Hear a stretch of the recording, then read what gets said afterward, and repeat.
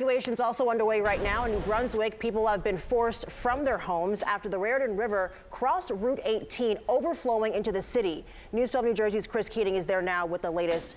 Chris, what are you seeing out there?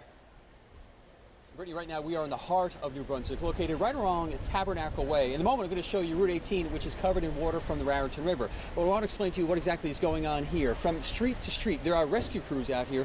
They are going from one submerged car to the next. What they're doing is getting inside and looking to make sure that no one is stranded inside of those cars. The Raritan River spilled its banks early this morning, and right now officials are telling us it could be days before all this water actually recedes.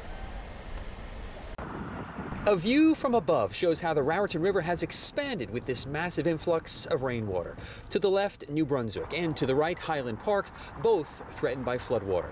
The entire length of Route 18 here in New Brunswick has been shut down, and it would seem as though cars are submerged everywhere you look throughout this specific area of the city.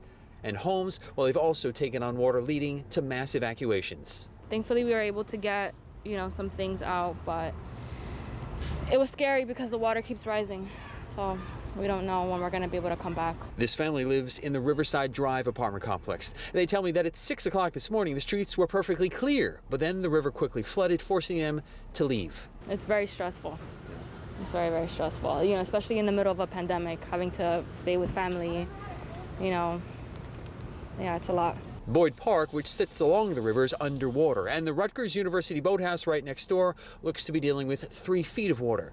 There's a common sight along Nielsen Street, people leaving apartments with suitcases, while others are being escorted back into their homes to retrieve belongings. I've seen 2 of these before, so this one's outdoing the other 2, I'll say that much. Stephen Macy has lived along the river for 27 years in New Brunswick. He's been around long enough to know to move his car to higher ground, which he did, and he's well aware of how this recovery from flooding works. It'll be a few days, for sure. It's not going to disappear, because you got those towns, Boundbrook, Manville, there's a whole bunch of them, and that water's going to all be coming down here. It's going to be a mess for a while.